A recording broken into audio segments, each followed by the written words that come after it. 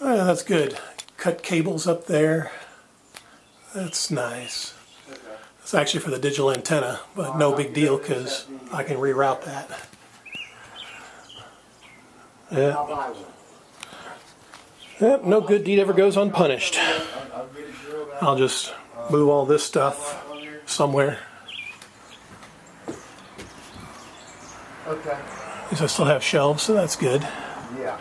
You want me to bring it up So, to the shell at 274? interesting. Yeah, more building supplies. Some pieces of tile, that's fine. It was supposed to be shelves, but nope, no more. Yeah, shelf there. Bar for hanging clothes. Yep, toilet nice and filthy. Good. That's great. Let's see. Oh, took the light bulbs. Isn't that nice? Okay, whatever. But hey, everything looks good. Shower head. Look at this. Yeah, decided to destroy his desk. Isn't that nice?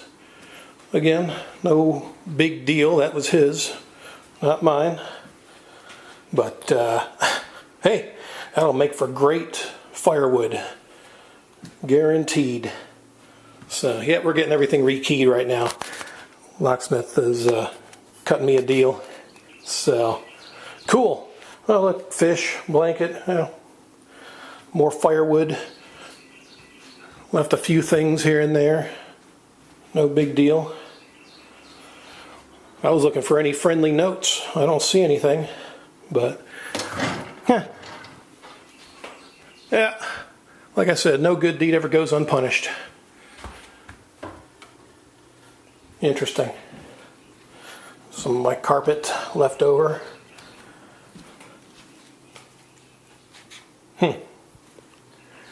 Okay, well, time to throw all this crap out, and I'll continue busting it up, and yeah, I might have myself a little bonfire. Oh yeah, internet cable cut. Isn't that nice? Yeah, it's all right. I know somebody who can, you know, redo the connection on that, so no biggie. Yeah, the mega shed. Yeah, looks like there's some stuff up there. I don't know. The ceiling fan still works. That's good. Yes, do we have any lights here? No, took the lights. Actually, that's good. Those things were like high energy things, I think, at one time. So, all right. Yeah, I'm just roaming around, rambling. So, amazing. I'll go into more detail on this here in a bit. Oh, well, today's been a cleaning day. Got rid of the trash this morning already. We're full. Some of the stuff I'll get rid of eventually. At least the debris pile's cleaned up.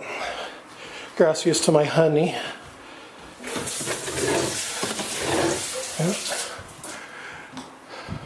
That carpet, I don't want it. Yeah, okay, I'll get rid of it. Yeah, debris pile has been moved out to the back.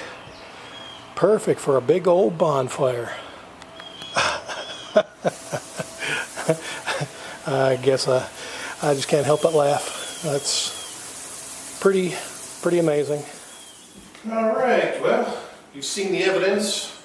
I've been busy cleaning up. I figured I'd tell you a little story and background of my old buddy. Because, yeah, it's finally come to this, unfortunately. And as I've said, no good deed ever goes unpunished. So I actually typed this out because there's just, it's kind of, you know, I want to remember everything as it's happened. So, yeah, this is a story about the guy that helped me build my mega shed. And of course, I'm not going to give his real name. To start off, he's had a history of not holding jobs, not keeping friends, burning bridges, basically for as long as I've known him, for over 18 years. And, you know, he's had a lot of expertise in home improvements, like electrical, plumbing, painting, sheetrock, remodeling, repairing appliances, computers, and more. You know, world of talent. And, you know, I met him just before I met my wife in the late 90s, I think 1998. I'm guessing, it's been a while. And at the time, he was selling selling stuff off to pay for his rent and utility bills back then, because he had lost his job and discovered that, and I discovered that he could do all these great things. So as it turns out, that's when I bought my house back in 1996, basically 20 years ago. It needed a lot of work, and this is basically how our friendship began. So over a span of 18 years, I would hire him to do all sorts of work in and around my house. Eventually, he was forced to move out of his rental place and wound up moving in with us for a time, where we would trade work for rent, basically. My wife was not pleased about this arrangement, but she understood and tolerated it. He later found a job up in the mountains, driving a raft bus. I think the Appalachian Mountains, there's some whitewater rafting places. That was around 2002 or 3, but wound up leaving that job after a couple of years due to coworker issues, or so he said. And I had to take a sick day from my job that I used to have back then to go pick him up and bring him back, where he stayed with us again for a few more years. Then he moved to another town and worked with another friend doing tile work, where he started living in his van while there, basically living in their driveway.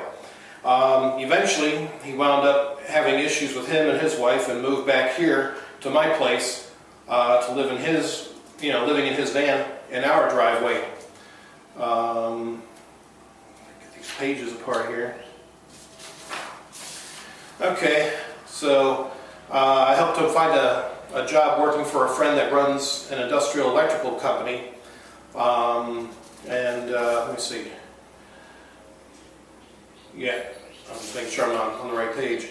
Helped him find a job working for a friend that runs an industrial electrical company, and again, done great work over the years.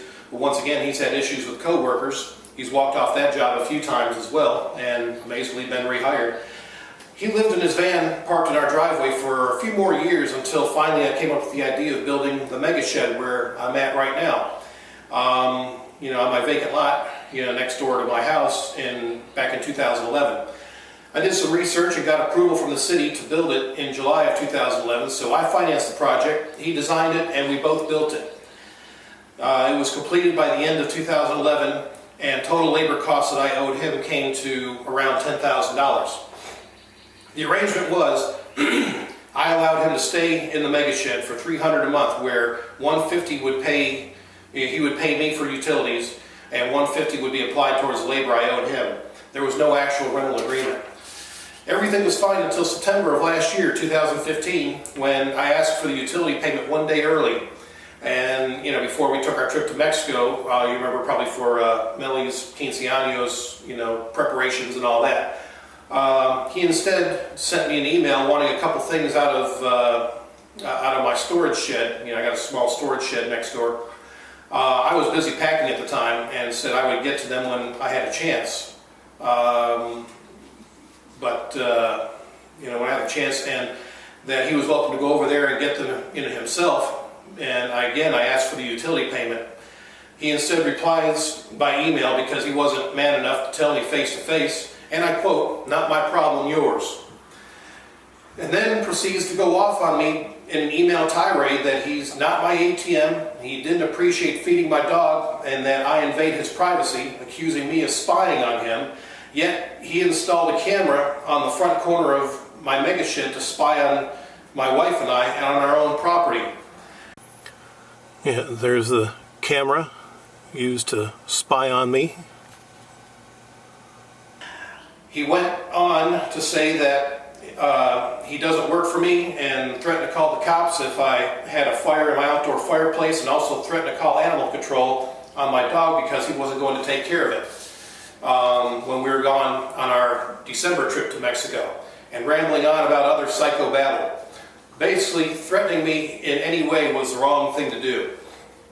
He didn't pay me October's utility payment until we returned in the middle of October. Oh yeah, and my bunnies, Bonix and Peter, mysteriously they died when we returned from Mexico in the middle of October. Coincidence?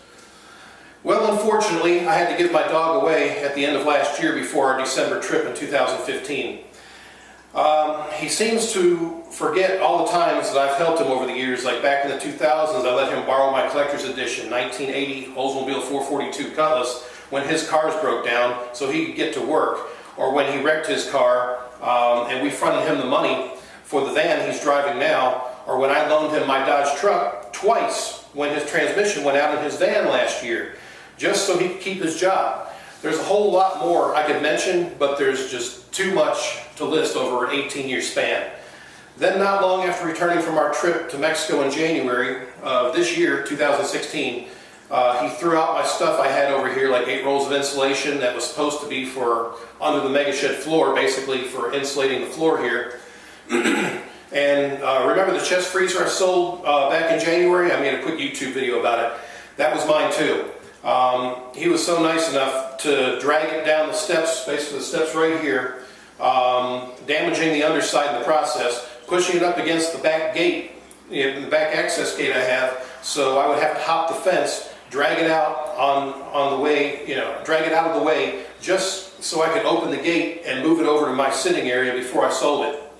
Then later, that same month in January, he disconnects our digital antenna that was connected here in the mega shed, actually in the front area there, that we shared, and tells me he's not going to pay another utility payment unless I move my stuff that I had stored over in the yard. Basically, I had a bunch of junk in the backyard here. If I don't move that stuff that I had stored to my side of the fence, basically the fence I have right here, I had to move it all over to my side of the yard, so to speak. It's all my property. This entire space is my property, and he's ordering me to move my stuff. Yeah, I went ahead and moved it anyway, just so as not to escalate the situation, since it would have resulted in more problems and complications. Besides, I had planned on going through the stuff anyway and to throw a lot of it out. He then paid the utility payment in February, like 4 days into the month, because he felt like it. Nothing was received in March, no explanation given until April, and while I was at a St. Patrick's Day festival, he put a chain and lock on the back gate right here to preventing me from accessing my property unless I hop over the fence. There's the lock and chain blocking access to my yard. So I refused payment for April when he offered to pay it, because by now I was just tired of his shit and just wanted this labor debt, paid off as soon as possible so I could start eviction proceedings. Then last weekend in April, he mounts a couple of infrared cameras, one on each end of the mega shed, for the sole purpose of spying on my house and my backyard. We had to keep our bathroom blind closed or he could see right in with one of the cameras. There's the front camera that was being used, was aimed directly towards our bathroom window. We had to close our blind. And the back camera spying on our backyard and back deck area. Now, I knew the police wouldn't do anything about this because he has a right to aim his cameras wherever he wanted.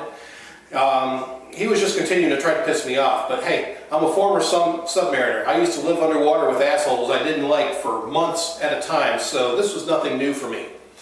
It was just another failed attempt by him to make me do something stupid or get my attention or something. But who knows? I really could care less. It was a tough 8 months, but I kept my patience throughout this whole ordeal until the amount owed was down to 1 month. And by then, I had my attorney send out a 30-day notice of termination of agreement starting on May 2nd. He had until May 31st, which was yesterday, to vacate the property and return all keys to me, or else I would have the sheriff's department take over the eviction. He complied quietly but never returned the keys. So no big deal. I got everything rekeyed, and I was planning on doing that anyway, so it wasn't that big of a deal. As I watched him moving his crap out little by little throughout the month of May, I kept thinking I'm one day closer to being rid of him for good, and finally he's gone. He apparently changed the locks and didn't leave the keys when he left, but that's fine. So, like I said, I already got everything rekeyed. There was a method to my madness. Being patient, completely ignoring him, and letting time run its course. Funny thing is, in retrospect, not only did I supply him with work when he was down on his luck, but my parents and my brother did as well, and they in turn mentioned him to others for more work that could have easily developed into a profitable business for him. But as another saying goes, a leopard never changes his spots, and he instead chose to bite the hands that fed him, so to speak, and now, none of us want anything more to do with it. Oh, I'm sure he'll blame me like he has others in the past for his problems, because that's what he's done. Deflect the blame to others or make lame excuses instead of manning up and taking responsibility for his own actions. We all knew he had mental issues, but we all ignored this, trying to help the guy out. But in the end, he eventually turned on me as well.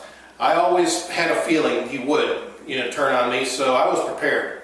He is where he is because he's chosen to be there. And I, for one, am glad he's off my property and out of my life once and for all. And that's pretty much the summation of my former friend.